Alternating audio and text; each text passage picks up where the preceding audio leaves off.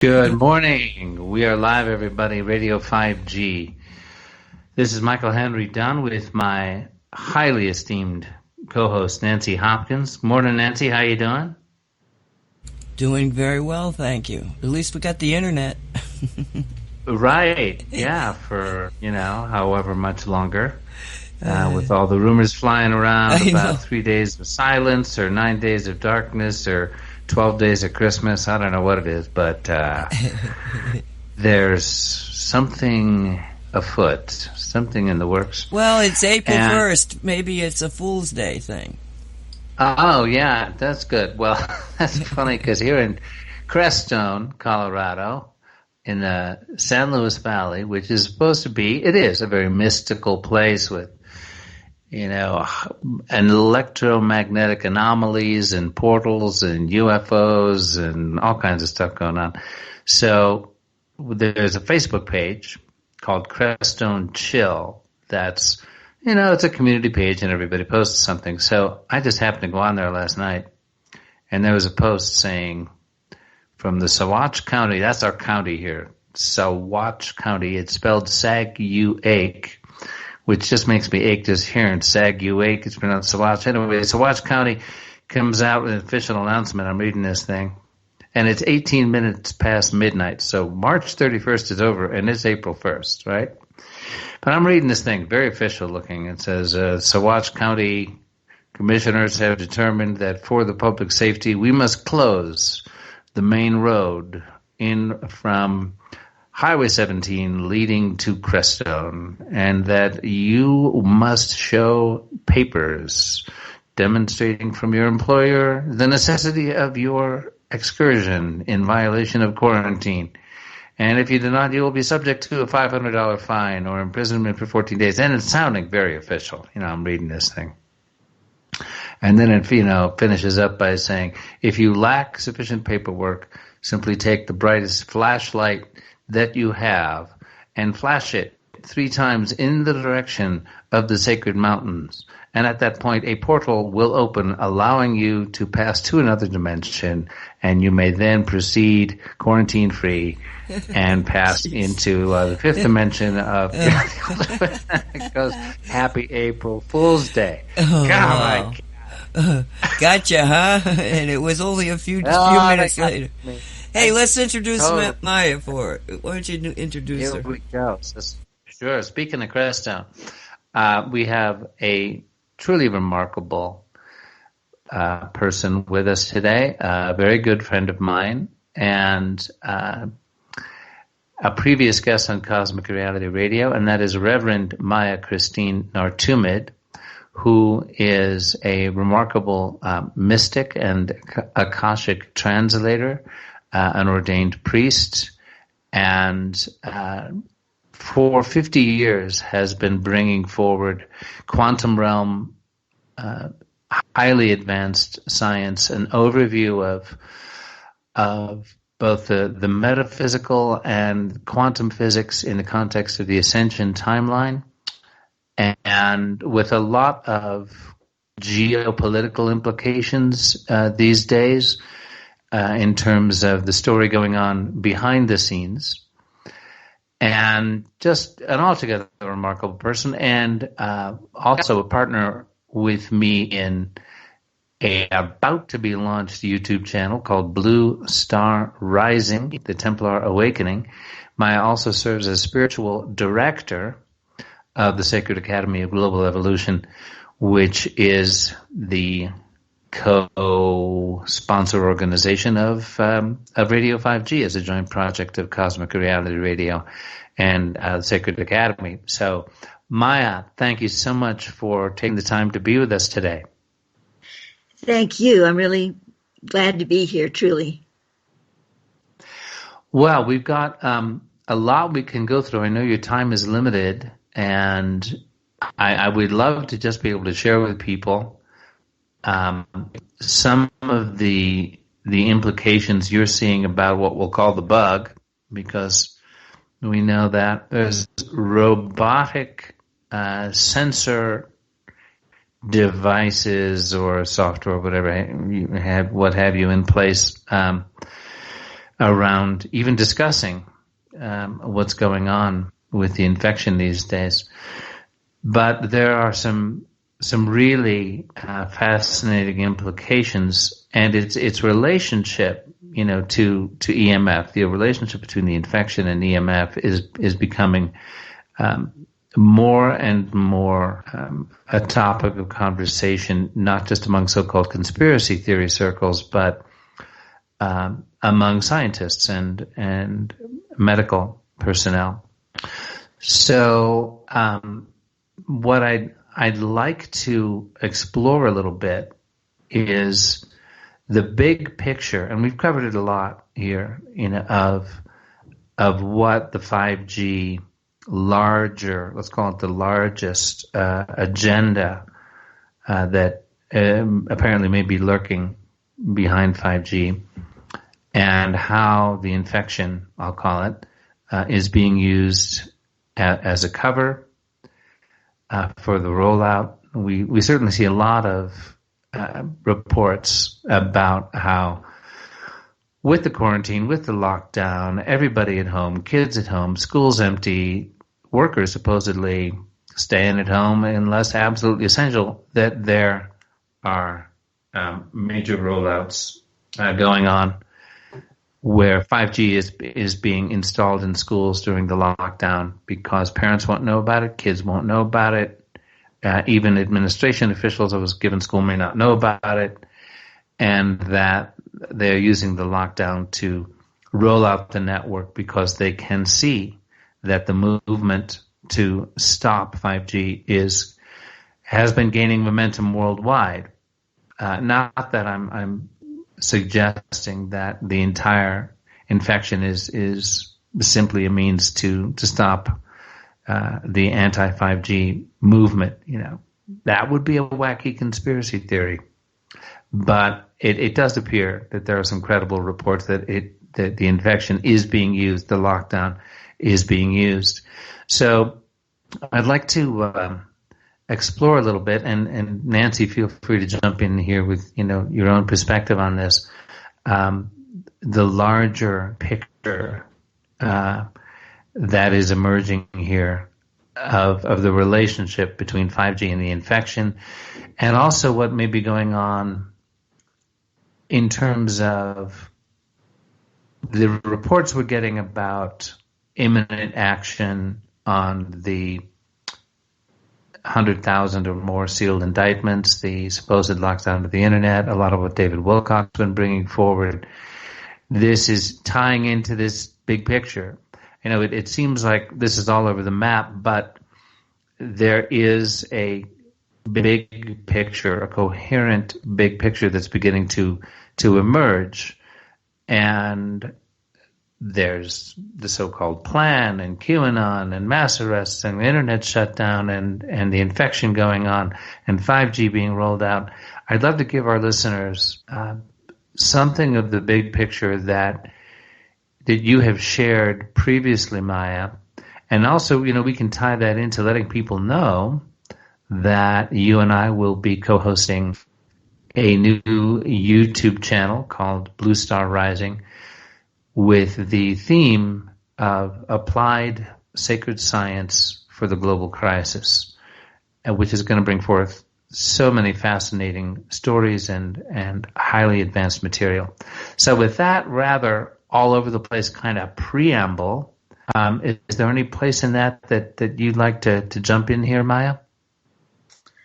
Wow, yeah. Well, in 1994-95, I started receiving from my sources, and again, my sources began consciously for me in 1967 about. But in 1994, I started receiving information on what we now call the global elite and all of that. And you have to realize how far back that was in time. It wasn't a popular topic. Oh, yeah, one or two people might have mentioned it on the internet, but they weren't even calling it that anymore at that time. But I received a certain amount of information from my mentor, as I call him, the inner planes being Thoth. And I was told not to talk about it, well, among my friends and whatever, but not to broadcast it, in any way. So I didn't. In all those years, I had not. But about it's probably 1.5 years ago, he asked me to put together an article based on that with a little extra information that he supplied. And I put it on one of my mini blogs.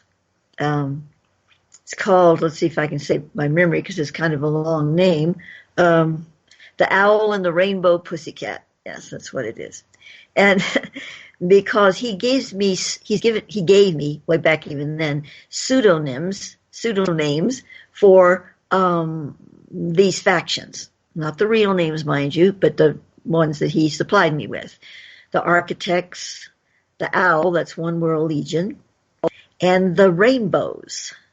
And these all three relate to the whole global elite package, but it goes much further than that. And we're going to discuss that in far more detail on our first show, the Blue Star Rising. So I'm not going to go into a lot of detail here, but suffice to say that at this point in time, things have progressed rather rapidly in regard to the delicate dance these three factions play. Actually, the Architects are not a faction. The Architects are the creators of the whole dynamic, or at least they usurped the global elite before it was global. And but the other two are sort of, aspects of the whole owl, old guard and new guard. So there's a whole drama unfolding with that, and has been for many years, but it has escalated tremendously in the last few years. And this brings us to the moment and the infection that we're all experiencing right now, which, according to my sources, and this first part won't come as much surprise to anyone listening to this show, that it was, of course, a designed virus, but actually redesigned. It was already a virus, and it was taken out of that and redesigned for this particular purpose. And it is literally operated and controlled by 5G, because I'm not supposed to say that word. The infection itself is not that harmful. Actually, it's not nice, but it's not as bad as it has become in our situation here.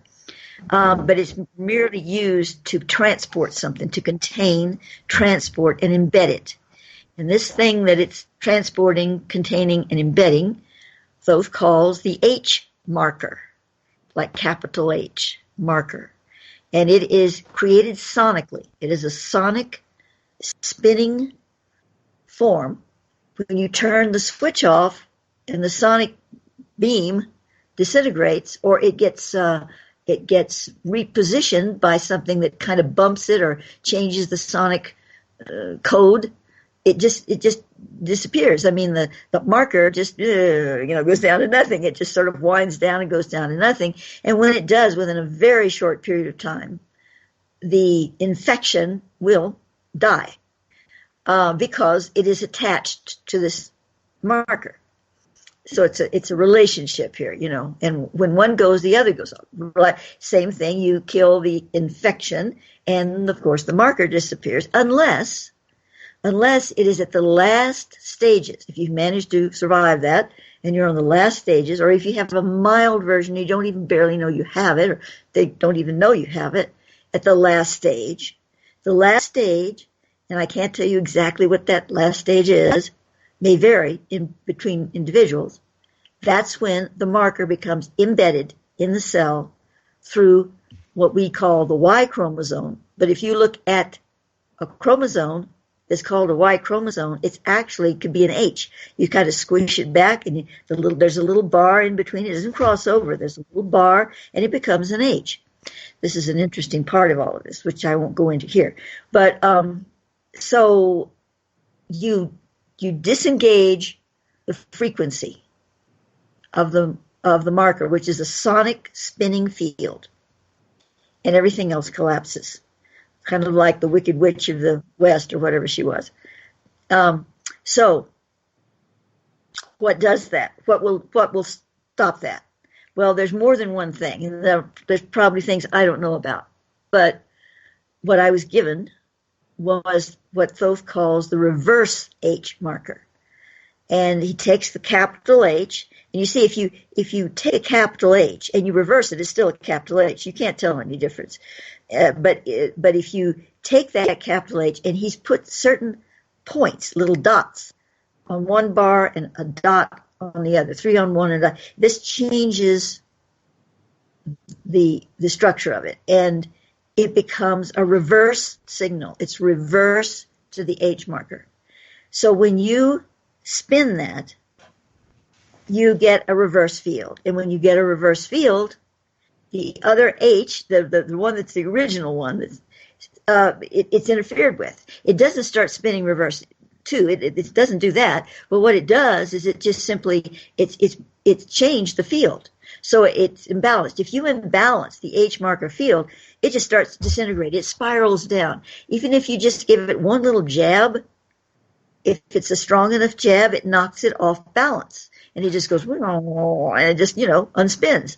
So that's what the reverse marker is for. So how do we use it? Well, I've printed it and put it everywhere on my websites and stuff. But you print off the marker, or you can order, from one of these sticker places. And I have a link to a sticker place, just one that I happen to use on my page. And you can get stickers of it. You put it in your house, in your car especially. It's really important to have it in there. I'm working with a young couple who already has a really incredible business of creating sacred geometry pieces and, that work.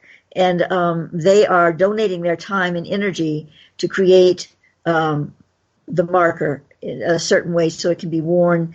And this is another factor of it. It works with shungite. If you connect the reverse H marker with shungite, it puts it into the shungite field. When it goes into the shungite field, the intelligence of the shungite field, we're talking about the global shungite field, says, oh, what is this? And the reverse marker informs it. It informs it what it is. It informs that it is there to combat the invasive signal, aka the real H marker, and its virus. So, okay, Maia, can I just jump in here? Sure. No, not at all. This is great. I just would like you to share with us a little bit about, okay, we know about the infection, and we know about all the possible agendas behind the infection, but could you touch a little bit on what the intention of the marker itself was? And I know you said that the marker actually survives, if it's not interfered with in the manner you're describing by the reverse marker, right, that it remains in the body for up to 15 to 40 years and is passed down to offspring, and that the marker itself can be, the design of it is as a control mechanism, and that it can be controlled, amplified, triggered in various ways, and that this is the importance of using the reverse marker, which can, if used in this way, especially with shungite and accessing the shungite field, can completely eliminate the marker from the body by using the reverse marker in conjunction with shungite. Could you touch on that a little bit? Yes. The reverse marker will eliminate the sonic the sonic reverse marker spin. Okay. I'm sorry, I'm getting that wrong. Let me start over again. The shungite, the reverse marker will eliminate the spin of the marker, the actual marker. And when the spin is interrupted, it dissipates, and that means the infection will die as well. However, if it goes to the stage where the marker is embedded in the cell, the reverse marker will not, in and of itself, be able to extract it. It's already embedded. Thoth has informed me that at the appropriate time, he will give me another marker, I guess, that can work on taking out the embeds. Now, at first, when I was first talking about this, I might have said somewhere, oh, well, the marker is going to be gone, so I guess it's going to be gone from the cell too. That was incorrect. If I said that, I don't remember if I did. Because now Thoth is telling me, no, the marker, if it's embedded, it has to have another procedure to remove it. But now is not the time to deal with that. We need to get this other thing taken care of. Don't want to confuse everybody with a whole bunch of different markers, So we're just working on this. But he promises me that there's more to come that will help with that.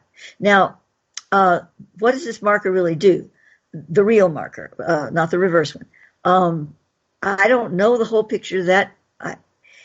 Thoth does not tell me things that he does not wish to get into my head, much less into the public view, but even in my head, because he says it's a form of protection. He's protecting me.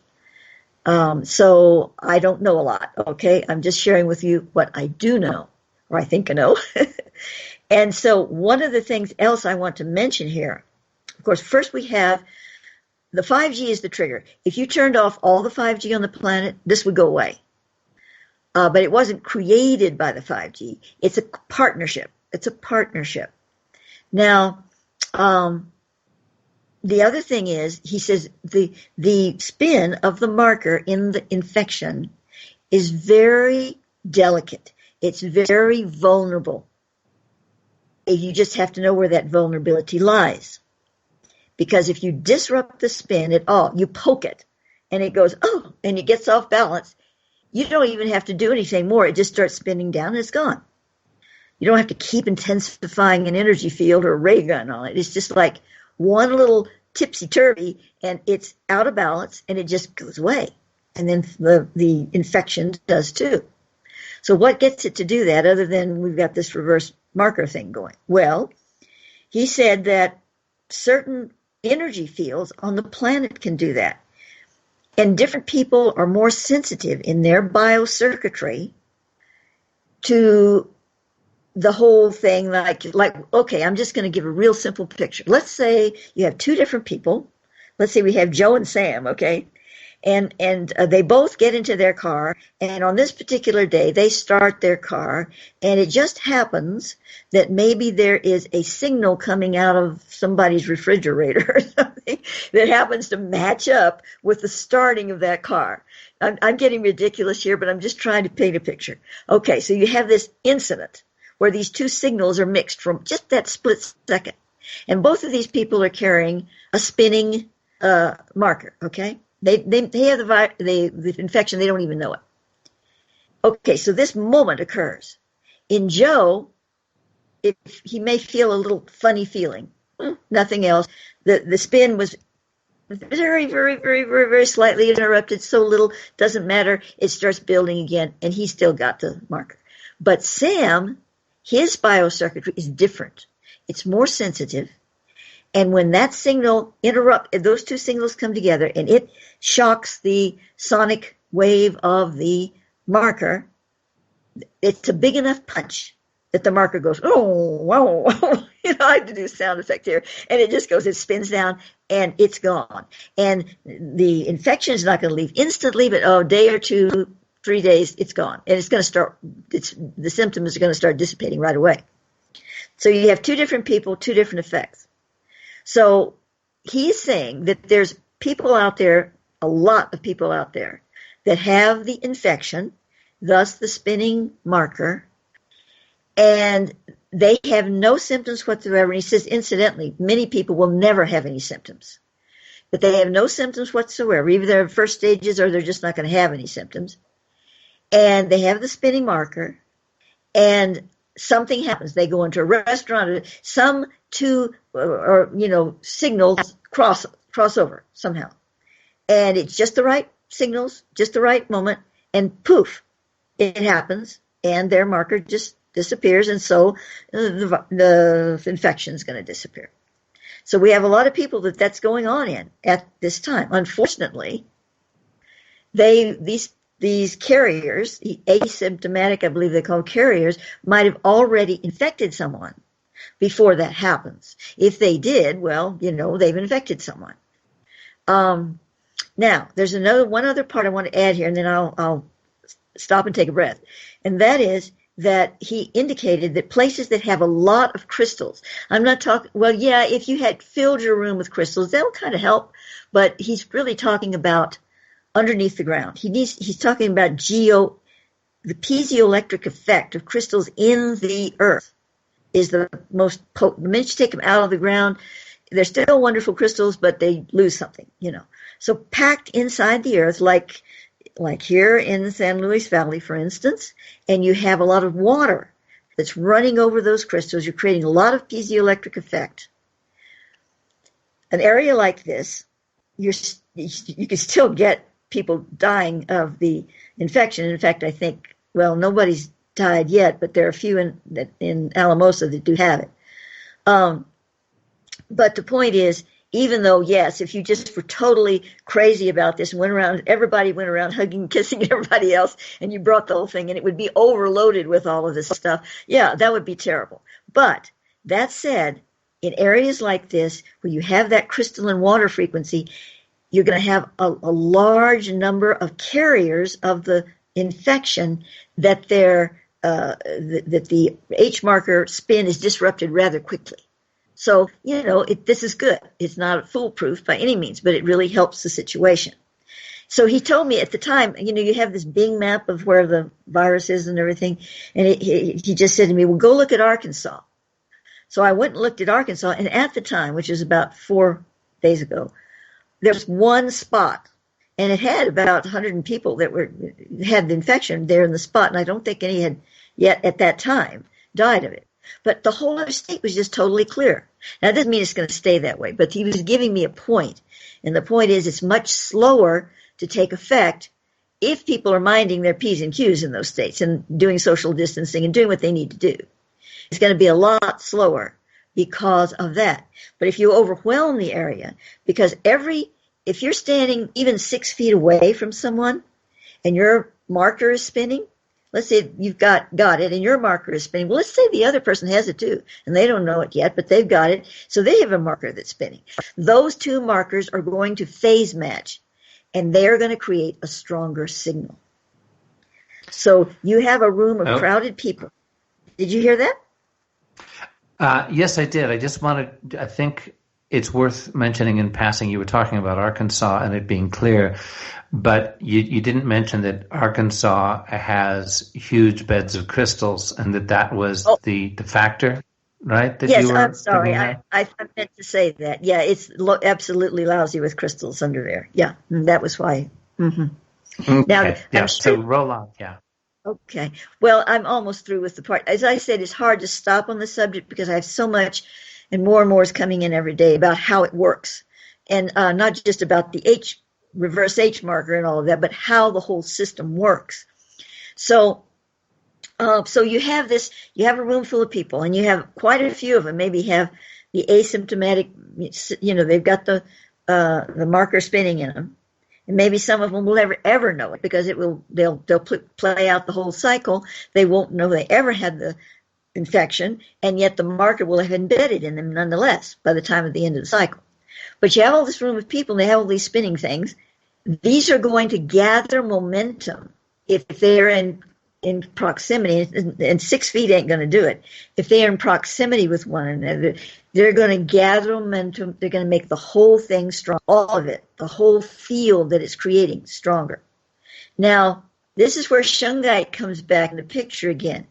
Because if you educate the shungite field, I got off track trying to tell about this. There's so many things to talk about, and my brain is scattered anyway. But if you inform the shungite field of the reverse marker, it will take that and it will do the work on its end of the pattern. In other words, the shungite field is a lot more powerful than one person, and it's going to take that reverse marker, it's going to multiply it, it's going to send it all over the planet, and it's going to start activating it. But we have to keep the plate spinning. We can't just say, okay, I gave that to you shungite field. Now I won't think about it anymore. No, you have to keep intentionalizing, keep working with it, and keep promoting it into the shungite field. Every time you use it for yourself, you got it on your kitchen table, you have it under your chair, you have it in different places, and you're focusing on it as you pass through the rooms, which is what Thoth recommends. What you're doing is not just protecting yourself. The greater message is that you're putting it out, you're continuing to amp it up, and remind the shungite field every day that it has this tool. And that is the way that it really is going to work. Because, I don't reach a lot of people. 5 or 6 people, 10, 20 maybe have this thing going for them. It's not that. It's what it does when it gets into the field. So, that's what I'm saying. Yeah. Okay. Well, that's great because the reverse marker that you're describing, and this wonderful couple we're working with up in Leadville that are creating pendants using shungite powder, pendants of the reverse marker using shungite powder that you can wear and intentionalize. As Nancy keeps reminding us all, this is an energy universe. And we know the shungite field does work with consciousness and intention.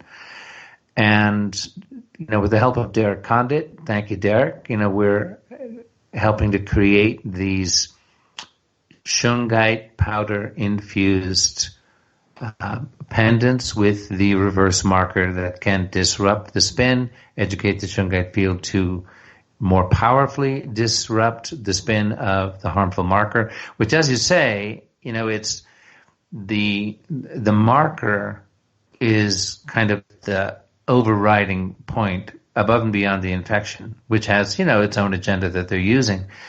But it is a control mechanism interacting with 5G and multiple other levels that we can only guess at this point.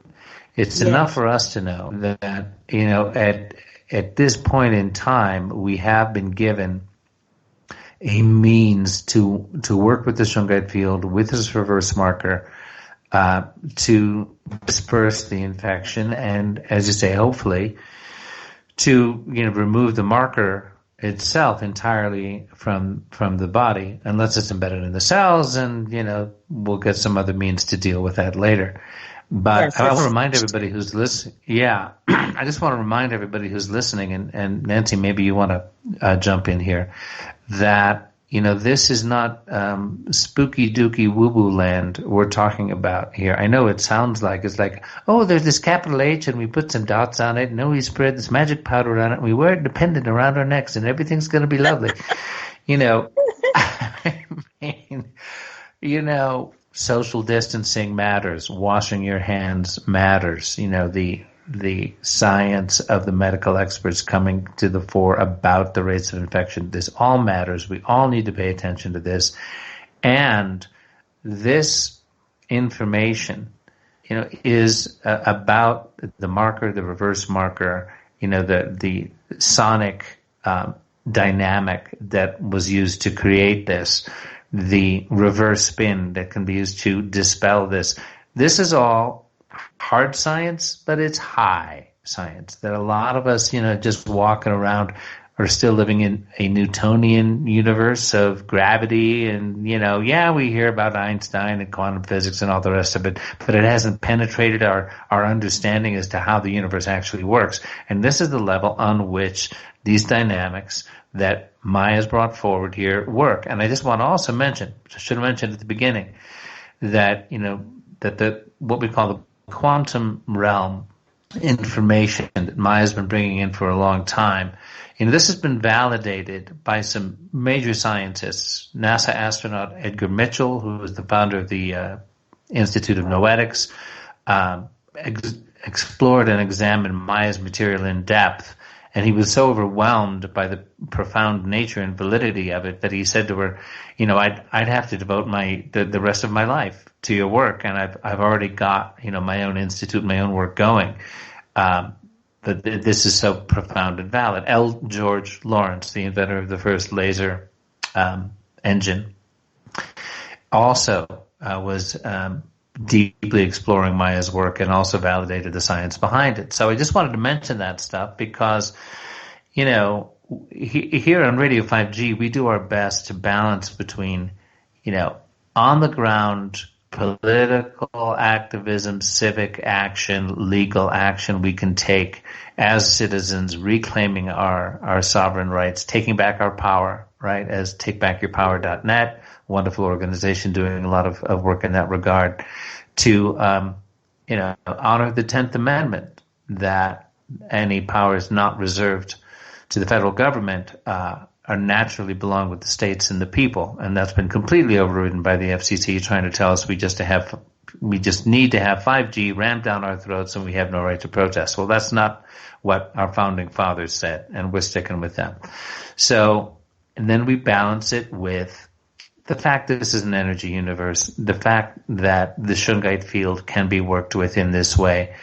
And so I just wanted to bring in those pieces to sort of round out the picture here. Because, what you're describing, Maia, you're describing very clearly and articulately, and I really appreciate and thank you for doing that.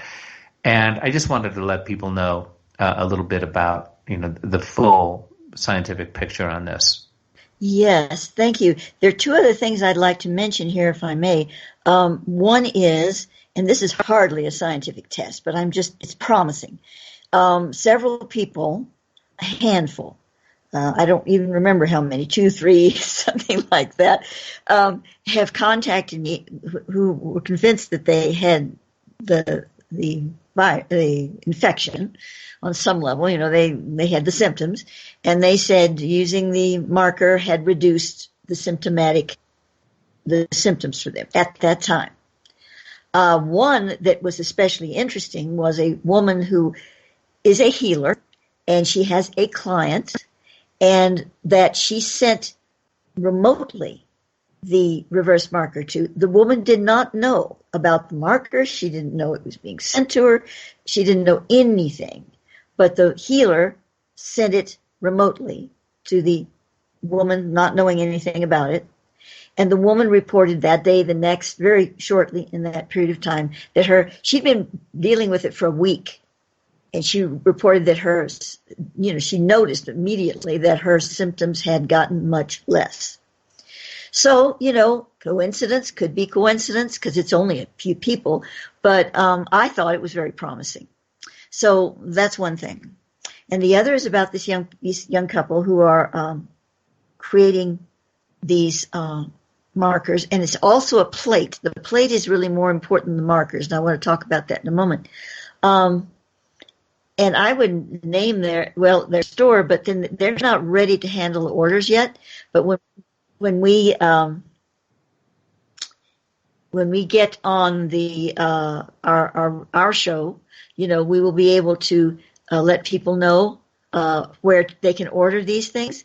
And they're working. They've really put a lot of energy and time into both the pendant and the plate. And I'm going to talk about a plate in a moment. They have their own, sacred geometry business, and they make these beautiful things that are energy working systems. So they have a lot of momentum behind them to be able to do this. They are only charging what it cost for supplies to make it, and a little bit for his time, because he's put so much time into it. So like they're charging $25 for the pendants, for instance. I don't know what they're going to do for the plate. And I'm not asking anything of this whatsoever. So I just want you to know it's not some big business venture. This is a public service. Now, they have a lot of wonderful things on their site, and I encourage you, once you get this information, to take a look at what their other offers that are part of their commercial business, but they do all of this in a very spiritually enlightened way. Okay, so let me talk about the plate for a moment. The plate is 2 copper plates. And Thoth often has me use copper for things. Copper is a big deal for him. So it didn't surprise me that he asked for 2 copper plates. But now, after that, I found this little article that says copper is a big buster of the infection. They're being really researching this because it looks like copper is really, really good for that. Well, that's interesting. But anyway, here we have these two copper plates. On one copper plate, on the top part of the plate, is engraved the reverse marker, big.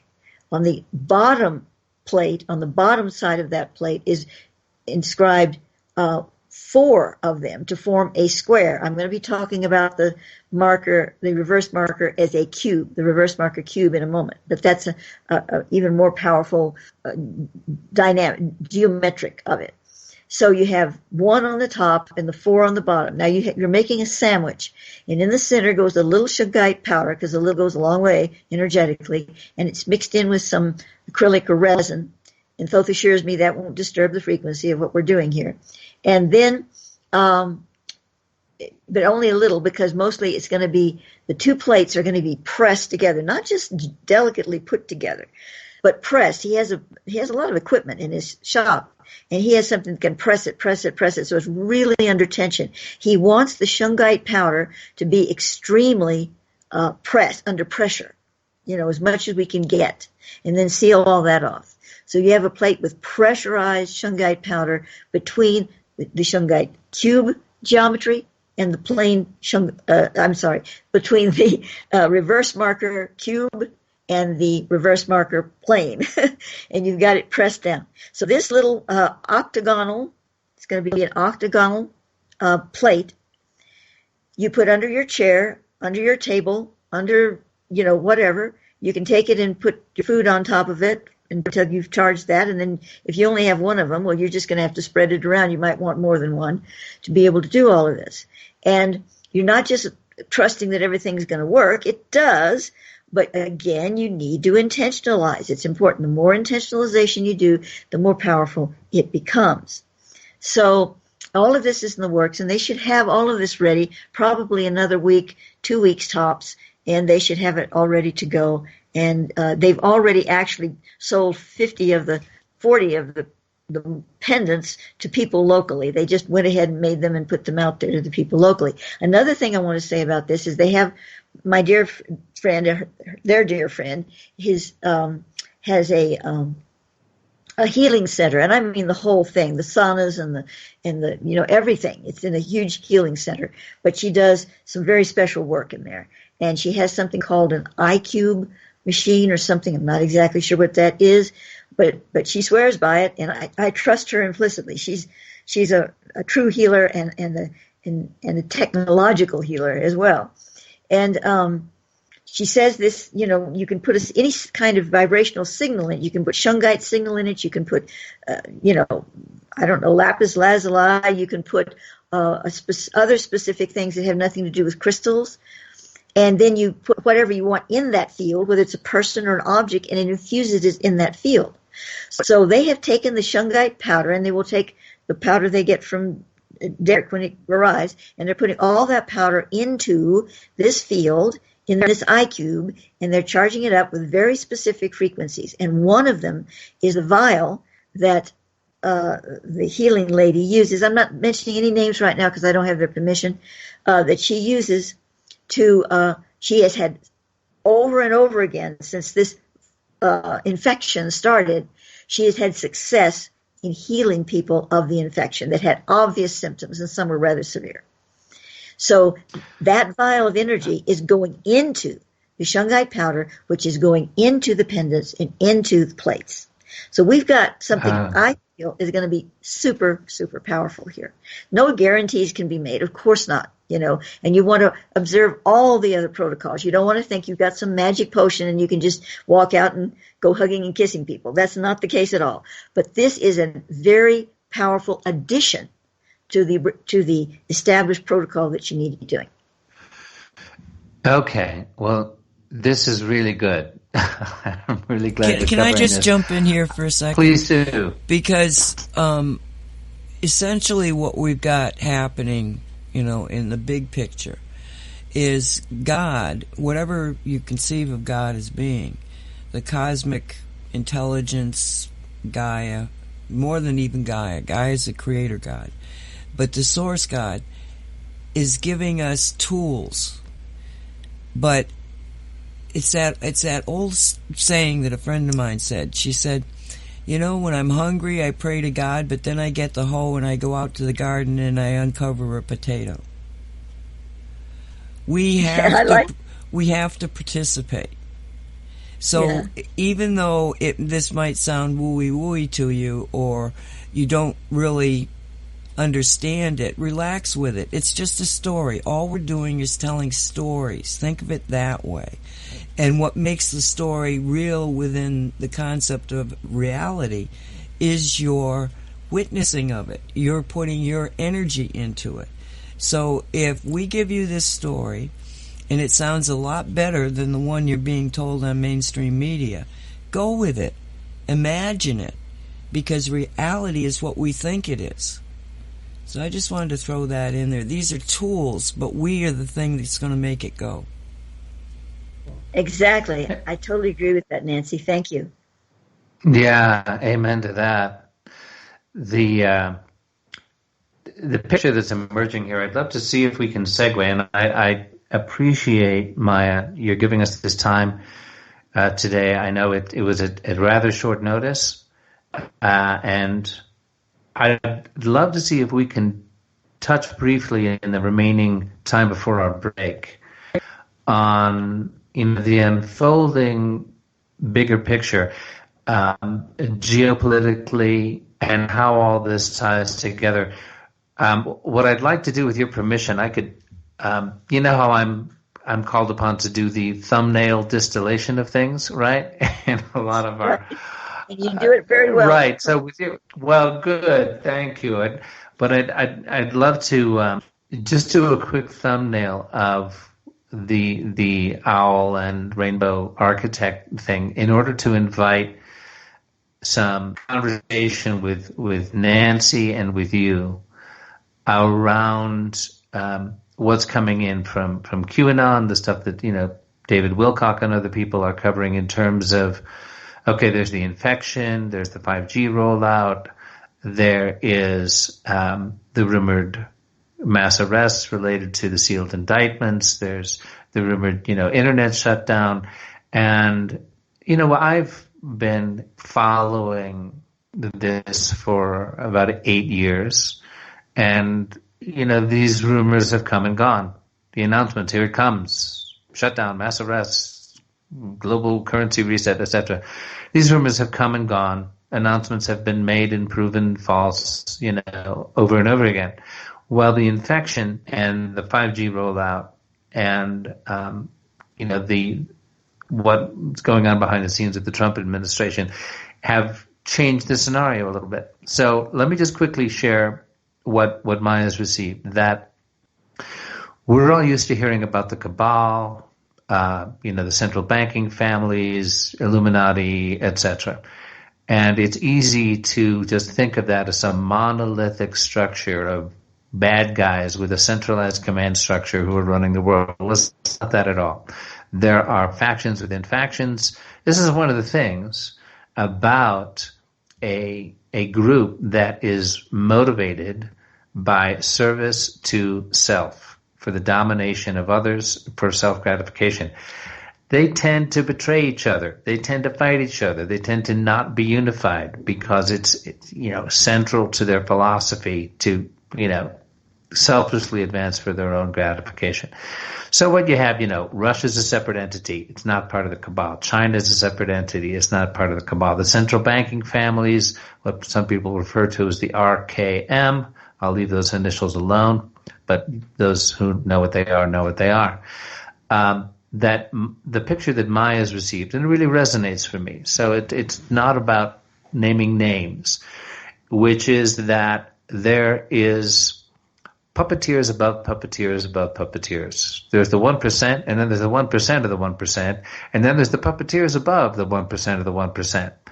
And that those high puppeteers are not seen, are not talked about. You can't Google them. And they go back many thousands of years and actually don't pop up above the ground all that often. They, have what we'll call, do we want to refer to them as deep underground military bases or underground communities for a very long time. And that these are referred to as the architects, and that these are in fact a group that is not interested in money. They are about power and energy and domination. And that what we conventionally think of as the Cabal, the One World League, as Maia refers to it, or the OWL, OWL, that at the very highest level of the One World League, or the Old Guard, they are controlled by the architects. Now, what is unfolding now is in the last decade or two, there's been a breakaway group, which is referred to as the Rainbows, who see the Old Guard One World League and their satanic philosophy, the torture, pedophilia rings, satanic rites, etc., their alliance that is spoken of as being with malevolent off-world factions, as being a dead end for them. And so they've broken away, and it created a scenario of, okay, let's not do that dark stuff anymore. It's a dead end. It's not going to work for us. Let's create a happier version of slavery. Let's, a non-GMO version of slavery, with a global currency reset version of slavery. And that the currently unfolding scenario, we need to bring a great deal of discernment to it, because there are many thousands of good, decent, patriotic, courageous, compassionate men and women who are determined to take down the pedophilia rings, expose all of the means that have been used to control humanity, from the manufactured wars and manufactured scarcity and the rest of it. But all this is attempting to be manipulated by this rainbow faction. We describe it as the difference between George Orwell's 1984, which is a grim, totalitarian, hellacious domination, and Aldous Huxley's Brave New World, which is the happy, where you get a nice little drug called Soma, and it makes you docile and happy, and you get sex, and you get food, and you're just a docile, happy slave with no soul, no real freedom, and you're just as controlled. So the Old Guard is pretty much the 1984 version, and the Rainbows want to lull us into the happy fat cattle who are also on our way to the slaughterhouse. So with the unfolding scenario of the rumored mass arrests, the rumored, internet shutdown, stuff that David Wilcock is covering, hey, this could happen this week, I'd love to invite, Nancy's view with some of what you've been receiving, Maia. And I know we're running, this may need to go either for another show, or if you can stick with us for a little bit into the second hour, Maia, let us know. That we like to refer to the Inner Light Network, which is an alliance of high spiritual beings with also officials integrated into all of the levels of, the industry, military industrial complex, pharmaceuticals, everywhere that the bad guys are infiltrated. There are also high-level Inner Light Network agents, if you will, who are poised to take advantage of this moment to turn the momentum of everything that's unfolding towards the true divine sovereign freedom that is our human birthright. So that's my version of a thumbnail. I hope it was helpful. And Nancy and Maia, do either of you want to I'd like try to jump in? give Maia the time to go for it, Oops, okay. That was an excellent thumbnail. I expected it to be, and it was. A few points. Let's see if I have enough to remember what they are now. One is that the rainbows, and it's obvious that it's a tongue-in-cheek name for them, the rainbows, because they just shine a bunch of rainbows up your skirt, so to speak. But it's really not what it seems to be. The thing that makes this all so difficult to talk about is because there's no decisive line between the rainbows, which is really the new guard, and the old guard, because they're not dueling with one another. They're not, have a fortress and they're defending their fortress. It's nothing like that. They're sitting at the same table together in some of these high leadership positions. They're sitting there together. But with what the rainbow does is try to convince more and more old guard to come across to their side. It's wheeling and dealing. Hey, man, look at this. This is a dead end over here. Look at this. You're not making much money here, are you? It's a wheeling and dealing, and they bring people over step by step. Now, what Thoth calls the core of the old guard, they're not budging. They're not going anywhere because they have their orders pretty much from the architects. I say pretty much because that link is disintegrating. That's a whole other topic, and we'll really want to get into it on our first show. But that link is beginning to disintegrate, and that's where we are now with the infection. I'll talk about that in a moment. But anyway, there's this difficulty to talk about it because there's this overlap between the old and the new, and some of the rainbow are just beginning to be rainbows, and some of them are really rainbows. And some are old guard thinking of becoming rainbows. So you have all of these different little pockets in the whole thing. But a good pocket to talk about is, I was trying to get a name for it. I said, okay, we got rainbows. We got all these different pseudonyms here. And I need something to talk about the fringe element, the new recruits into the rainbows that are young people. And they are excited about being lured by something that they think is really interesting. They're not being told the whole picture, you see. When they start learning more about it, they go, ooh, I don't know that I want to do that. They have a conscience. And so they're beginning to start leaning into the inner light network. And some of them have actually crossed over with valuable information. So the more erosion from this planned rainbow operation, where these new recruits are going, hey, I'm going to scoop some of this rainbow dust and I'm going to put it into a viable place here. And that's going to be over here with the Inner Light Network. So this is going on. And that brings us to, I had to find a word for these. And I started to call them Rainbow Light. And then I thought, oh my God, that sounds like a new beer. It tickled me so. So I decided to call them light rainbows. But anyway, so what is going to be happening here, hopefully, is more and more that will come over. Now, the erosion of the link between the core owl and the architects is that there is erosion taking place.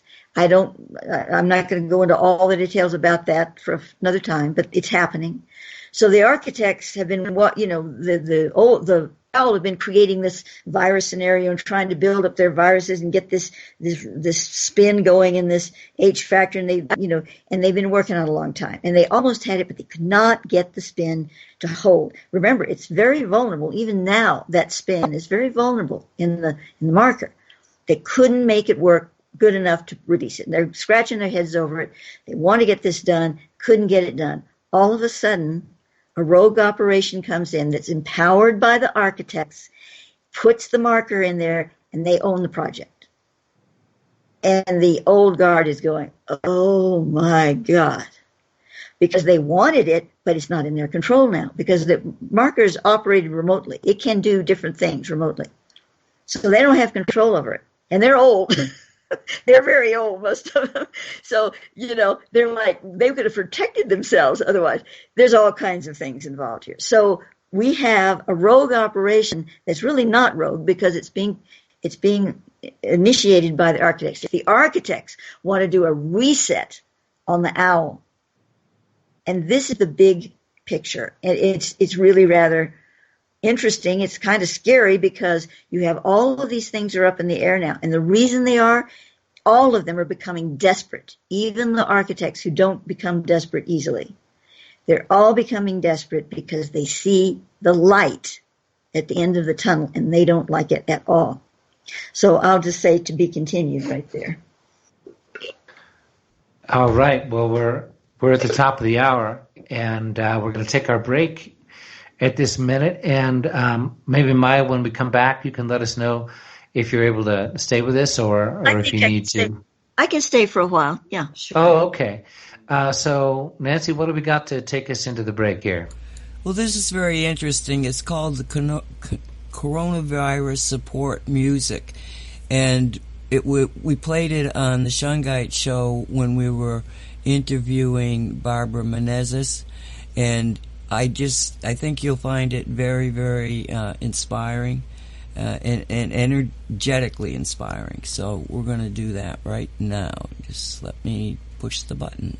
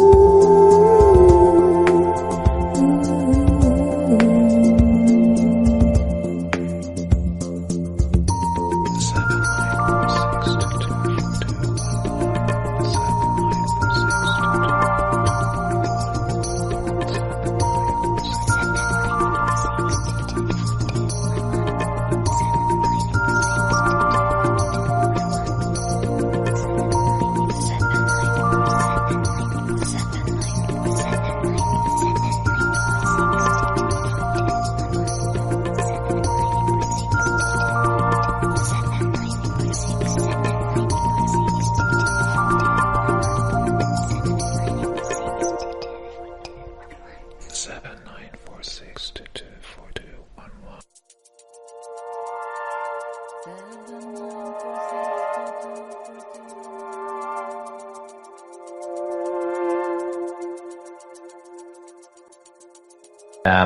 Welcome back to Radio 5G. This is Michael Henry Dunn with Nancy Hopkins and our very special dear guest, Reverend Maia Nartoomid.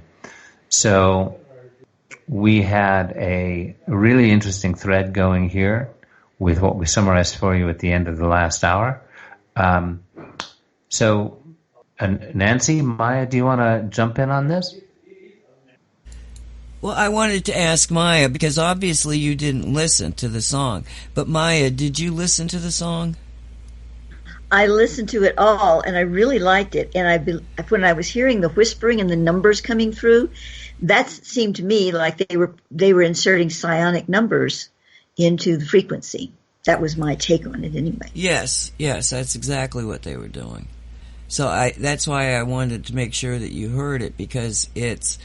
What we're finding is that so many people are coming across, I mean, they've all gotten to the point of energy, and sound is energy. And, visualization is energy, everything is energy. And you just see it coming in from so many places, but it feels like a harmonic, like an orchestra is, got all these different people all over the building, and they're all playing their own instrument. And sooner or later, they're all going to go down to the theater and they're going to play it together. Yeah?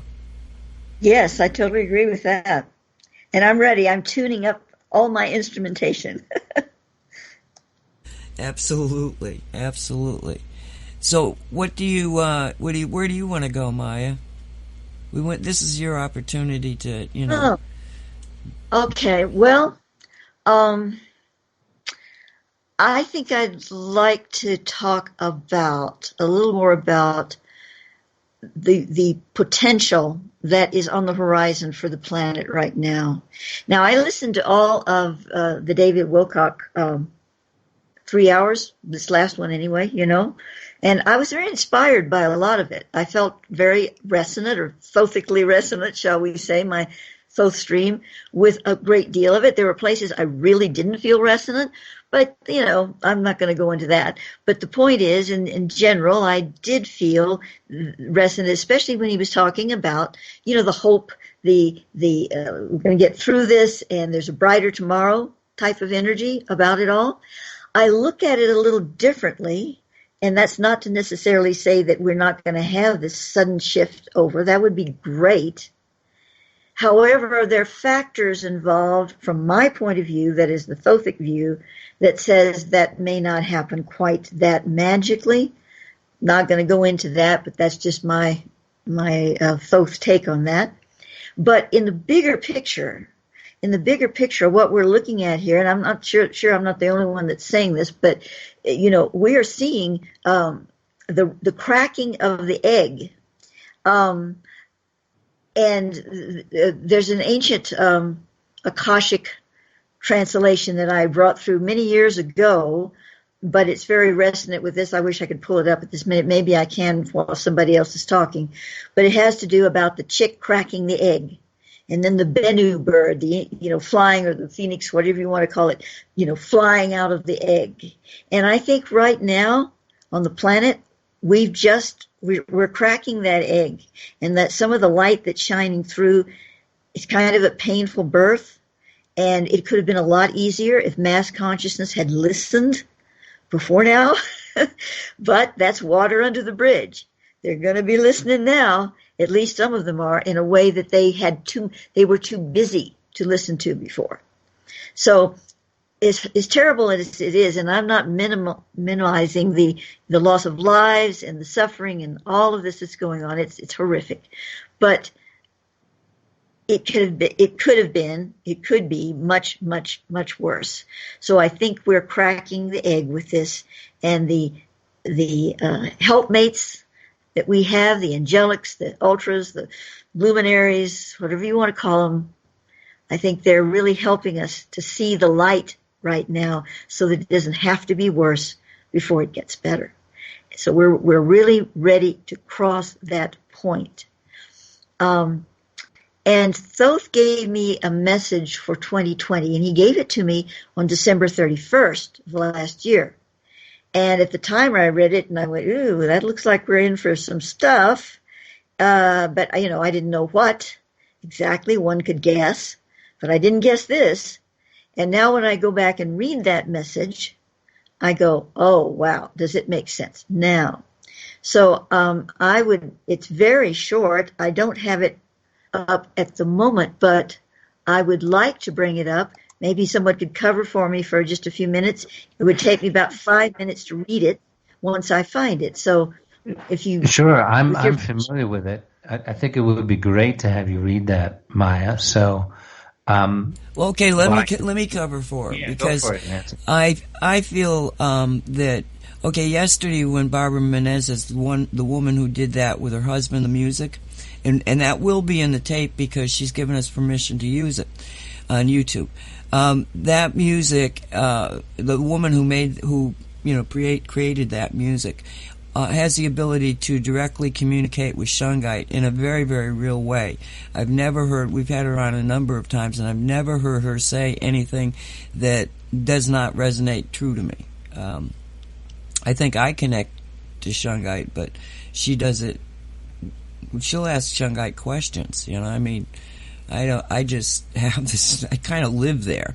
But what she was saying is that she asked, she was discussing ascension and what does that mean, and she said that on a scale to 1 to 10, she asked Shungite, where are we at in the evolution of our awakening, so-called ascension, and the reply from Shungite was, you're at 16, I think it was, which means we're beyond the threshold, which is something that I have been detecting continually for the last few years, is the work that people have done independently. And some of the most important people are the people that did nothing obvious in the 3D. They did not go on radio. They did not go into the streets. They did not write books. But their whole lives were a testament to the unbelievable, deep compassion and empathetic beings that are human beings. And they are the ones that have anchored us in a really kind of secure way for probably since the beginning. And those are the people that, as we progress in our mission to become aware, and we enlighten ourselves, we're also giving them more energy, because they are the embodiment of where we really want to get to, even though they don't know it, even though they don't show it in many cases. But we have a vast percentage of the population that has kept us from going into horrendous nuclear war, all the things that getting hit by meteorites, all this stuff. They're the ones that would not imagine it, did not fall for the programming, and because they would not make a contract with it, it has not happened. And so as we evolve, their energy field is also getting much more stable and much more powerful. So at this point in the game, I'm really sincerely sure that we are going to win. And yet I saw the two timelines in this on this storyline, let's say this chapter of the book, two timelines. That was one that was very negative, and one that is the what we call the plan, where humanity steps up and takes back the power. One ends very badly for us. The other one doesn't. And so I keep pressing, believe that behind all of this stuff that we're talking about and all the things that we think we're seeing, that there is a plan that is evolving, and there are being arrests. There is so much backstory happening that you can either decide, and this is a decision point. This is where each individual has to decide, and if you decide not to decide, that's a decision. But the decision is, are you going to put your energy into doom and gloom, or are you going to put your energy into the concept that human beings can step into their own beingness, what we were sent here to become, and then make the changes to create a new reality? So every individual has to make this choice. Now, all of it's storytelling. All of it. So when you want to get into the concept of, well, how do I make a difference? Imagine the difference. You know, just support for a little bit here, a few weeks, one of the two stories. But as Barbara went on through the show, the Shungite came back, and because I was specifically asking, we need to have something simple that people can focus on. And the word that came back was victory. Okay? Which is, if you just say it, victory, it has a huge, huge energetic power to it. So don't even get into the details. Just make your life a mantra of victory. Anytime a negative thought comes in, just go victory.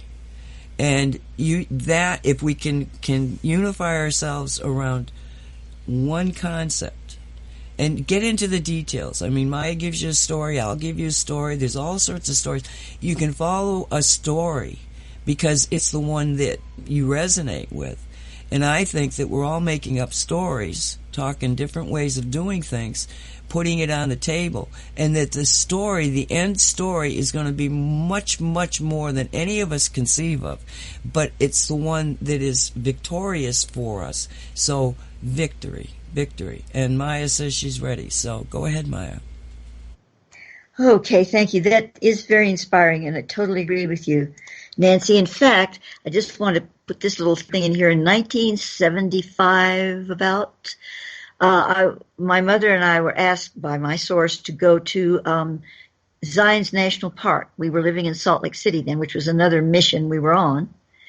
And Zion is a very special place. I won't go into that right now, but it really is a very special place. And I was at this particular place in it with this beautiful waterfall, not a heavy waterfall, but trickly, but just fairy-like, all through the bushes, down the water running. And I saw in my mind's eye like this angelic being, which I believe now was probably Metatron, but I didn't know about Metatron then. And I heard in my mind, not in with my ears, but it was very clear, I have been victory for 2,000 years, so you shall be victory. Now, that doesn't make a lot of sense, but it was very inspiring, and I've never forgotten it. So when you're talking about victory here, I'm going, oh, yes, victory, because I've never forgotten it. It's as if he sealed me with it, as if the energy of that went through my entire body. I didn't have to rationalize what that might mean. It was just yes, into my whole being. So I totally agree with that word. It's magical to me. Oh, that's nice. That's nice to hear. Thank you for sharing that. Yeah. So now I'm reading the preface too, because it is important to do that, and then the actual message, but it's all very short. In my 2019 two-part message, in which the arrival of what Thoth is calling the new era was received by me, the following was given. Now he calls, I'll read it. The Bennu would usher in a new era for Earth beginning in 2020. However, I was shown that 2019 was like a long corridor leading to the sacred chamber of 2020. And in that message, I asked about our reason in being incarnated now. And he said, our role to unmask fearlessly and shine the light of who we are. This is what we should be saying. Our vision, to keep our eyes on the path, let no distractions overcome us. Hold firmly to the golden thread leading to the threshold of the star of our becoming. Let our sight be filled with the glory of the station we represent on earth. I'm going to read that again. Let our sight be filled with the glory of the station we represent on earth. We facilitate the journey best by helping one another, love, compassion, giving of self. So now, on the eve of the first day of 2020, so it was actually January 1st, I asked, what is the new era you have been saying we are entering with this coming year? So this is the message for this year. It was given on the 1st of January. This year is the entrance to the grand chamber within the pyramid of souls on earth. As humanity has come through the long corridor of 2019, so they now arrive within a vast chamber.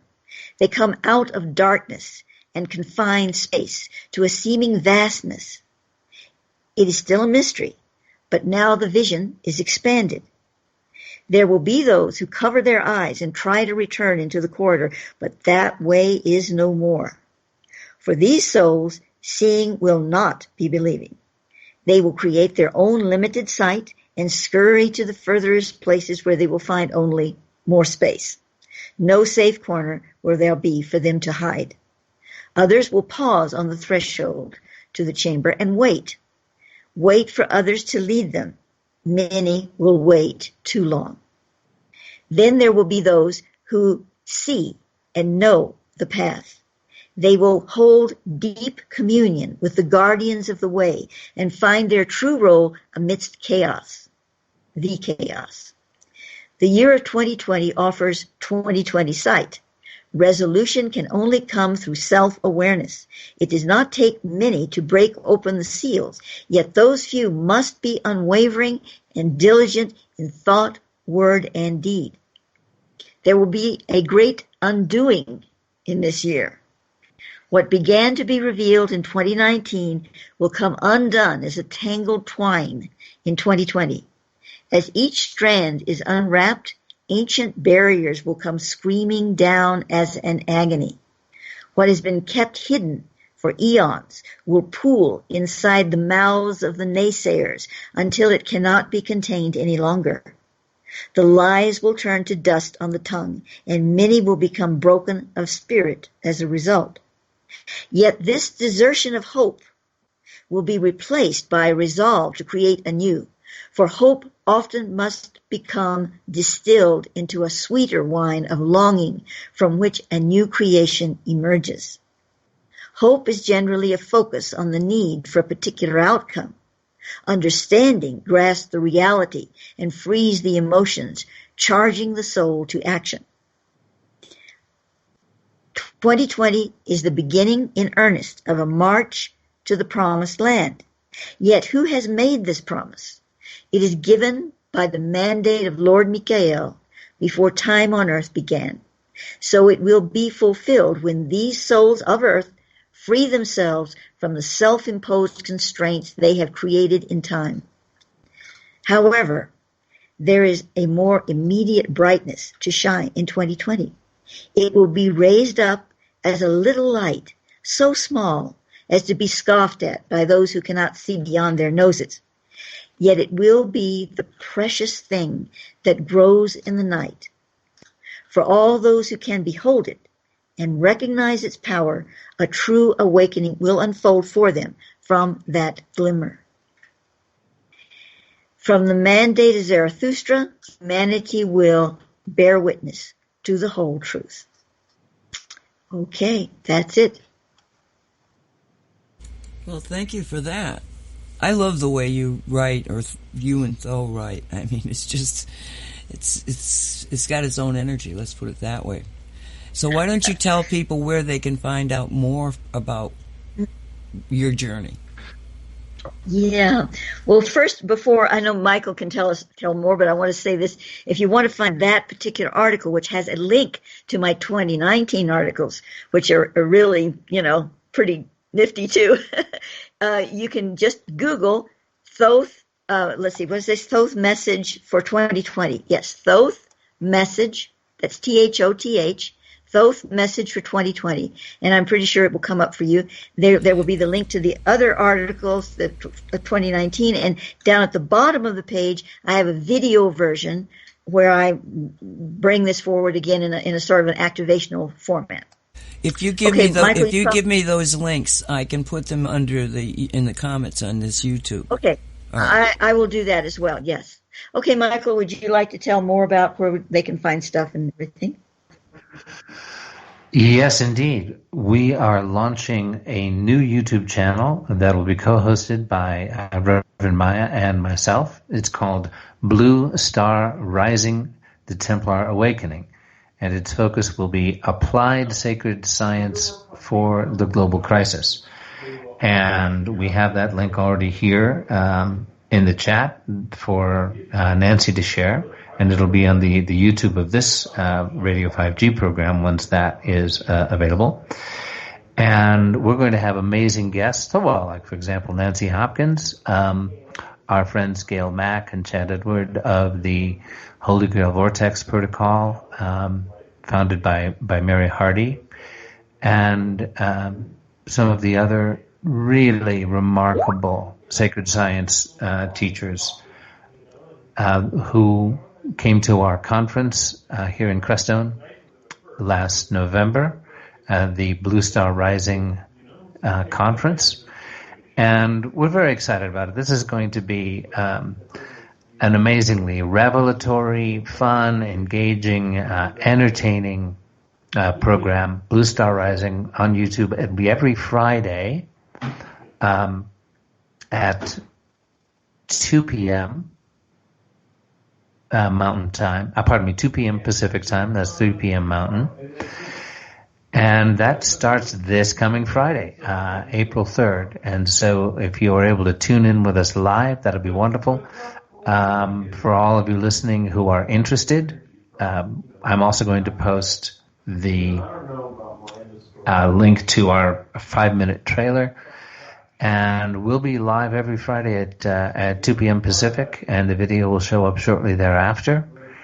And that's co-hosted by myself and Reverend Maia. And the timing of it just feels so right. And, I will continue to be here on Radio 5G with Nancy Hopkins covering the worldwide movement to roll back the rollout. But in the meantime, we've already got that link up for you. And again, it's Blue Star Rising, the Templar Awakening. And we use the word Templar, by the way, in a very specific sense, a very specific way. The name has been tossed around. The mystique of it has been used. It's been debased and smeared. And, it's just, Illuminati, or they worshipped some severed head called Baphomet, and there's, rogue elements. You take any good, true spiritual movement in the world, and you will find that it has been the victim of very systematic efforts to smear and defame it. You can just go on Google or some other more reputable search engines such as ecosia.org and just type in something like the truth about the Templars, right? And you'll get all the smear stuff. You could write the truth about the Franciscans, or the truth about Judaism, or the truth about the Zionists, or the truth about the Catholic Church, or the truth about the Freemasons, or the truth about the Rosicrucians. And that's where you'll find the systematic smears that take place when there's a true, good, and beneficial to humanity movement, spiritual movements particularly. So okay, I've got to interrupt you because you got background sounds coming through. You're apparently not seeing my messaging to you. There's voices in the background. Okay, yeah, it's difficult for me to control at this time. Okay, all right. As long as you know, just turn your mic a little away from the sound. Okay, let me see what I can do about it. It's a somewhat limited. It's an environmental element that I'm unfortunately not able to control. Okay, as long as if we can't fix it, we'll just go. I'm sorry. Go ahead. Okay. Anyway, so the actual true Templar stream goes back thousands of years before the medieval order that everybody knows about. Its roots are in Atlantis, Pharaonic Egypt, on down to the Essenes and at the coming of the Christ, and that was then brought through the stream of the Sufis to the original medieval Templars. But the Johannine Templar stream is the one that Reverend Maia and I are part of. I was a leader one of the leaders in a movement to restore lineally the original medieval Templar order. And I was very much involved in that for 5 years. And that was part of the Human Rights Court effort that was being made through a nascent intergovernmental organization. At a certain point, myself and many of my friends and allies chose to leave that group for reasons that I won't go into. But here in Crestone, we have brought forward what we feel is the purer original stream, which the reason we call it the Johannine Templars is in the lineage and stream of the Apostle John, who was referred to as the Beloved, and also there is the stream and story of from the Isle of Iona that there was a child of Mary Magdalene, John Martinus, who was the first Templar. You can believe, as Nancy says, it's a story. It's an inspiring one. You can believe it or not. For us, the Johannine is not about bloodlines. It's the mystical stream that of devotion, mystical knowledge, divine communion. There are Templar streams like you find in, Dan Brown's book, the Da Vinci Code, that, it's all about the bloodline, a supposed bloodline from Yeshua, from Jesus and Mary Magdalene. We don't affirm or deny that. The real stream is a paragenetic one, not a bloodline stream. And by paragenetic, we mean soul lineage, a reincarnational spiritual lineage of the Dharma of a family of souls who are determined to do their part. And we have our part, and there are many other groups and other lineages and soul families doing theirs, but our part in the Templar paragenetic lineage is to assist in the ascension timeline, by which we simply mean the evolution towards union with spirit of human consciousness, towards true soul freedom in co-creation with our beloved source, divine mother, father, friend, creator. For me, my meditation path has been in the lineage of self-realization fellowship and Paramahansa Yogananda. There are other members of our community who have other paths and practices, but the common thread we share is direct communion with Source through meditation and sacred activism on behalf of the freedom of humanity and the restoration of Gaia, of our planet.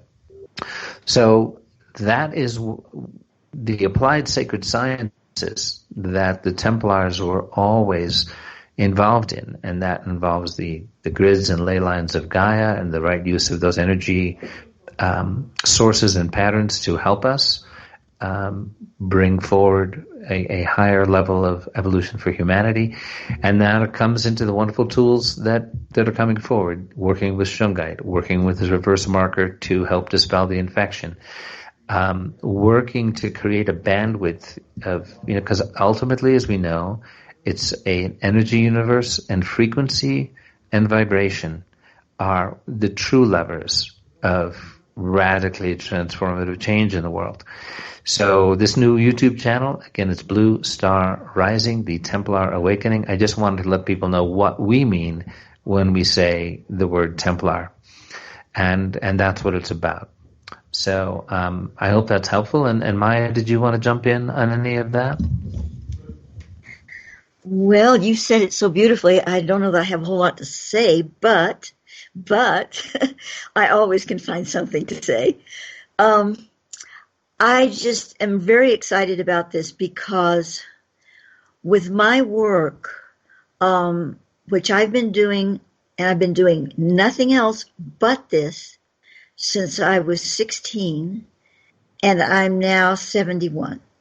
I've not had kids. I've not gone to a job out there in the world. I've done nothing but this, because that's what my soul was guided to do.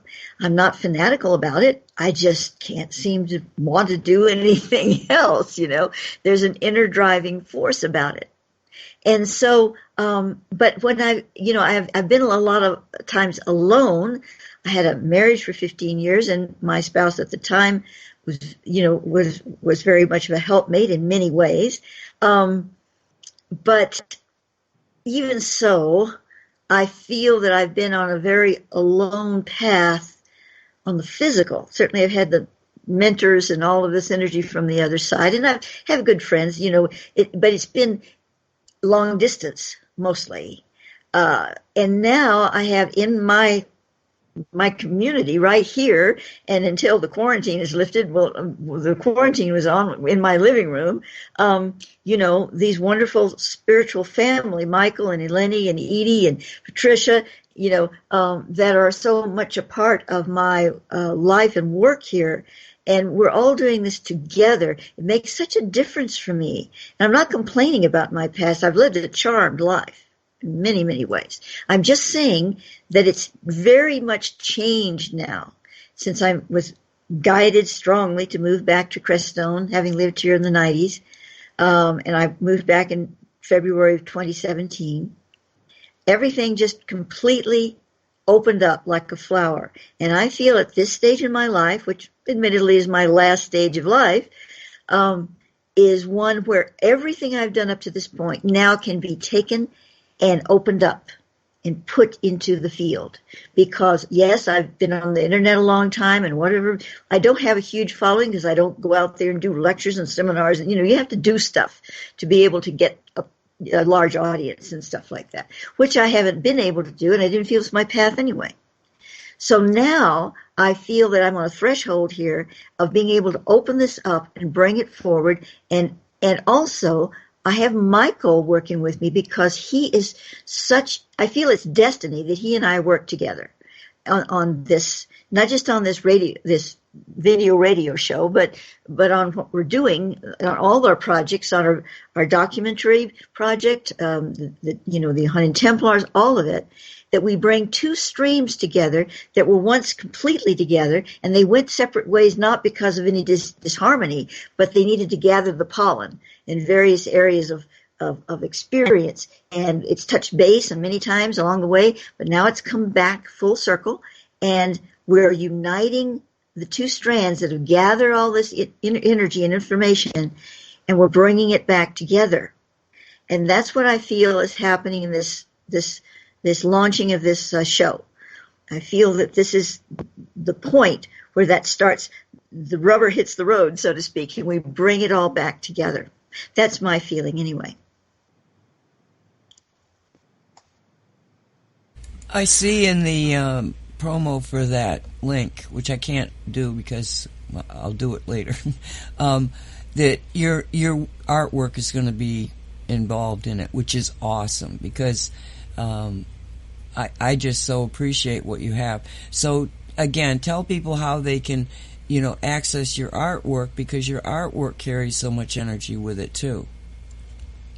Yes, well, I have a lot of blog websites on WordPress spread all over the place, but you can find it all. What I call my gateway is newearthstar.org. That's new as in brand new, earth as in planet, and stars and twinkle twinkle. .org, newearthstar.org. And when you go to that page, it's going to show you all the different places to go. And one of them is all my webs and blogs. And you can, explore what you need there, but also there's big print on the first page that says you want to go to the Shungite page, you want to go, some of my main things. And one of my main things is the TZO Earth Regenesis Project, TZO Earth Regenesis Project. And you can click on that and find out how you can participate in that to help the planet. So I have a lot of, and yes, you can find it linked to my art there as well, although you'll find my art everywhere because it's, used in many places. Which, if we have the time, I'd like to just mention something else that's a very big part of my work at this time in my life. Do we have can I go on with this a little bit? Yes. Sure, go for it, yeah. Yeah, well, again, I reiterate, I'm coming from a position of having done this work and nothing else but this work for now going on 53 years. And yet I've come to a point here with the technology has advanced to the stage where I can do it. I kind of feel like the guy that I can never think of his name, of course, but the producer director of Avatar. Somebody chime in. What's his name? Cameron. James Cameron. James Cameron, yes. I kind of feel like James Cameron because he said he had the dreams for so many years of creating this Avatar movie, but the technology wasn't there. And when the technology arrived, he could finally do it. I kind of feel that way in a very minuscule way of what I feel because I've wanted to recreate what I see in my inner eye of the interdimensional worlds. This includes the ancient worlds of Lemuria, Atlantis. It includes the ascended Atlantean Isle of Ruta. It includes the new Earth star realm of our future, and yet, if time is removed, now moment in the new Earth. And right now, I'm feeling so connected to the inner Earth, which I wrote about in the 1980s, and it's come full circle now. That's where I'm working the strongest is with the inner earth vibration because they are part of what we are doing in a direct way. So all of these things, I feel not just that I want to share pretty pictures of it, but that it is an energizing window into these expressions. I can talk and I can talk and I can talk, and nothing really represents the feeling unless you can put it in some kind of a visual format. So I was practically on my deathbed in 2008. I was going through a terrible stint with my irritable bowel and all kinds of other things. I was down to 69 pounds, or was it 79? Or 79 is bad enough, but I think it was 69. And I'm small, but I'm not that small. And I thought, well, I'm on my way out because I just couldn't eat, because if I ate, the pain was so bad, I just had to stop eating.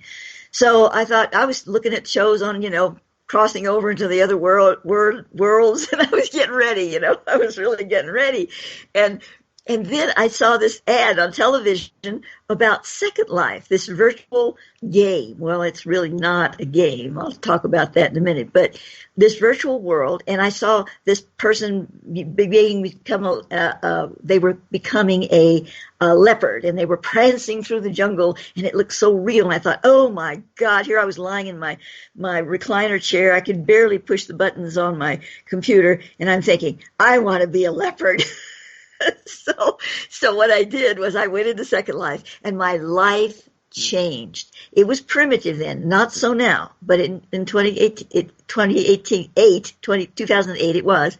But still, I was able to start living. It was the format for me to develop what I saw in my inner being. And the more I was in Second Life, the healthier I got. I still have health problems. I've had them all my life, but it pulled me out of the trench. So I consider that it saved my life. And it has for other people as well. There's even documented research going on by scientists how this is a healing environment for people. But anyway, I got in there not to play games, but to create the worlds, to create the dimensions, not just for show and tell, but to bring people into that consciousness. Well, only a certain amount of people have the time, energy, right computer equipment to go into a virtual world. It takes time, energy, and learning, a current learning curve. So I thought, I've got to be able to get this to the masses or to the people outside that, just can't do that. That's where I started filming and bringing these sets into motion and doing my spiritual work in those sets and the chanting and the vibrations and bringing them into video format. So a lot of the art that you see, like the one on this page, Nancy, that you're seeing there of Thoth, I've created a Thoth avatar as well as my own. And I have created that. And, I bring these avatars into my artwork, both still and in motion. So this is a real passion of mine at this part of my life because I can take all I've learned and continue to receive, and in the right instances, I can place it into that kind of a format. And people are really affected by it in a positive way. So I thought I'd talk about that. Thank you. All right. Well, thanks so much for bringing that in.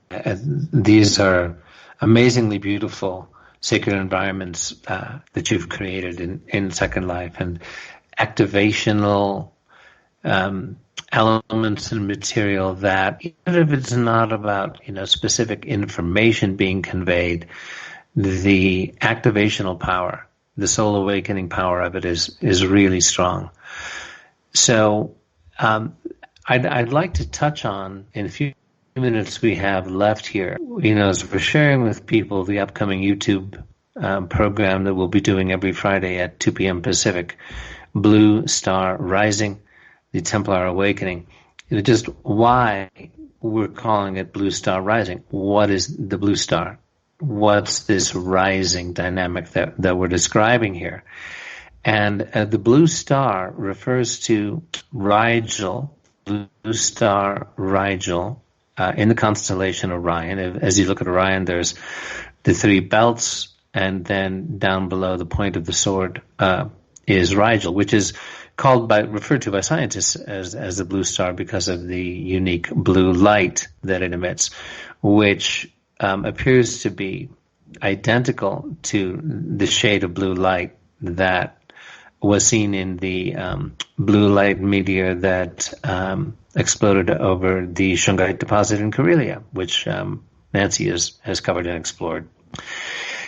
And we have a project within the Sacred Academy of Global Evolution through our SAGE, that's our acronym, SAGE, global media platform, which is called Blue Star Rising, the Elvis Revelations. And that's a whole other story. We've shared it elsewhere about Elvis Presley's connection to the Blue Star Rigel. He confided in his close friend, Wanda June Hill, that he believed his soul originated in a planetary system of the Blue Star Rigel.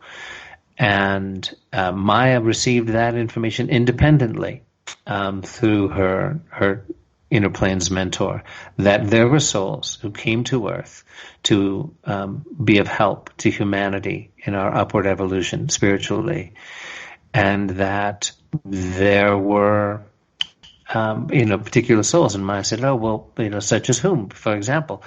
And she received Anwar Sadat, Franklin Delano Roosevelt, and Elvis Presley.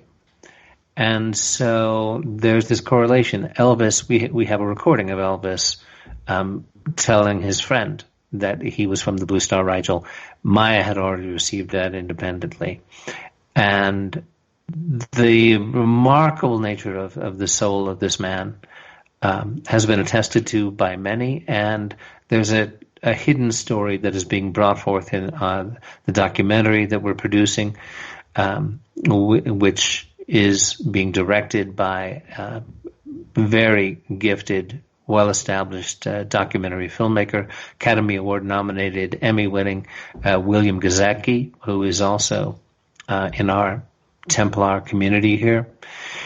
And so I just wanted to share that there is a powerful dynamic to the Blue Star Rising energy, and an amazing story behind it, because when you come down to it, it's like Nancy was saying earlier, we tell stories, and we have science behind our stories, we have results behind our stories, we have a healing dynamic behind our stories, but ultimately it's the power of the story and its appeal to the heart and mind that lights people up, that makes them decide to change their lives. And I like to bring in this quote from one of the final episode, actually, of Game of Thrones last year, where Tyrion Lannister is brought as a prisoner to this council. They're going to decide who the next king is, and they're going back and forth about, well, how do we do this? What's going to unite people? How do we unite the Seven Kingdoms? And Tyrion just says,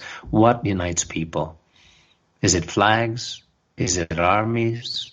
Is it gold? He says, no, stories. Nothing is more powerful than a good story. No army can kill it. No dictator can control it. And that is what really lights us up. It has this magic. It gets out there. The story of Shungite, Maya's story of her remarkable journey, all these decades of bringing forward this profound, high spiritual science. And, I mean, I love sharing Nancy's story with people about, her journey as a U.S. Army energy weapons specialist and remote viewer, and on through her work with minerals to her discovery of shungite. It's an amazing story. This is what lights us up. And I've got a pretty good story myself. So I just wanted to share that with people for this new YouTube channel. Again, it's every Friday at 2 o'clock. And we have the link up here for Blue Star Rising, the Templar Awakening, and we're focusing on applied sacred science for the global crisis. And we're not using all those, those bad words, those buzzwords that'll get you, tagged by the powers that be for their censorship controls. It's not about that. This is about the positive timeline, the inspiring, encouraging timeline where humanity does find freedom, does find healing. And, the element of the new earth is very much in play. But it's not political. We're not red, we're not blue, we're not left, we're not right, we're not anti-Trump, we're not pro-Trump. We are pro the good timeline. The more we focus on that and stay informed, but don't go down the path of the bleak, despairing, they've got us, they're controlling us, we're done for. And it can look pretty scary out there. But the more we focus on all the amazing tools that are coming into us from Spirit, from Shungite and the Holy Grail, Vortex protocol, and many other sacred tools, we're on a path towards greater freedom and healing. And the Inner Light Network is working with this whole great awakening that David Wilcock talks about. And, please God, let's have some aspect of the plan that we keep hearing about unfold. Anyway, I just wanted to bring forward that these elements of what the Blue Star Rising is about. So if either of you want to comment on that, that would be good. You mentioned David Wilcock, and there's so many people out there that have spent the time to listen to his 3, and then there was a 5-hour one. But Maia, can you kind of put it in a nutshell what David is saying his inside sources are telling him about what's about to come up? Do you feel comfortable doing that? Well, that's really for him to do, but I can tell you what my impression was. Again, overall, I was encouraged by it. I felt it aligned to certain aspects of things that I had been received.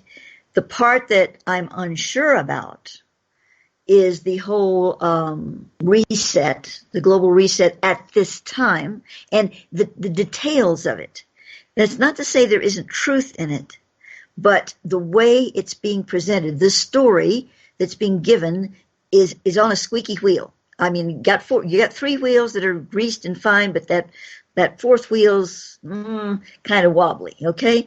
That's the only way I can describe it from the Thothic perspective. So that, I'm not sure that we're going to suddenly have a brave new, not brave new world, but a real new world instantly after 3 days of radio silence. I could be wrong. I have not gotten a direct message to say yay or nay, and I think the reason is because it's in kind of limbo right now. But there are some elements about what he says that are directly contradict or not in line with what Thoth says, and I'm not going to go nitpicking about all those things. But the point is that the general message that there is hope, light, and a new world awaiting us, and I say world because the new earth comes later, but a new world coming out of this, of a light engendered quality, I totally believe. It's the matter of what are the dynamics involved and how do we get there that I have some disagreements with. Yeah, I agree that there's too much still up in the air with this. But again, just think about yourself in a victorious position. That's all we're asking you to do. Don't be fearful. Don't put your energy into it. Don't think about a reality of doom and gloom. Just put your energy into the concept of victory. Because in a 3D, if I take on the 3D persona, yes, there is major changes that have already been made that is going to revolutionize the industries, the finance, the banking, all of that. But I think that it is being done very, very one step at a time. It's almost like they have a cautionary energy to them right now, so that they're being, very much aware that they're in enemy territory here, and they know what they need to do, but they have to be very flexible at this moment in time. So I just focus on victory.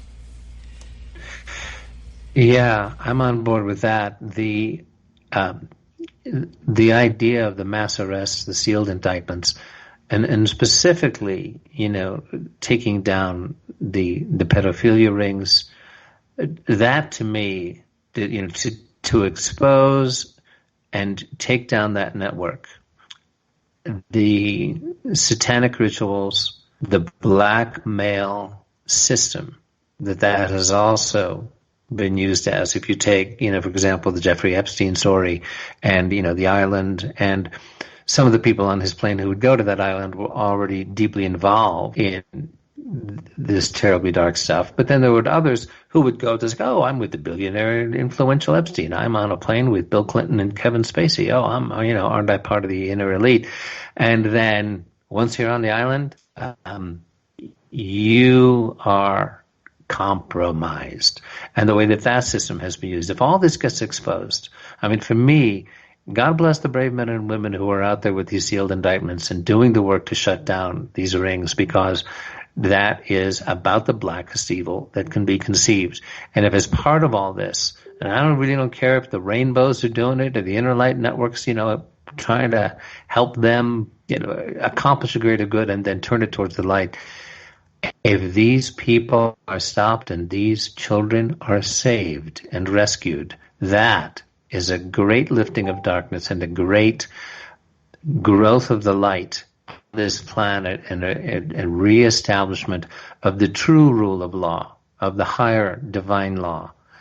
And that all comes back to service to others, service to the highest good, the greater good, as the reigning dynamic. It's simple. It's the golden rule.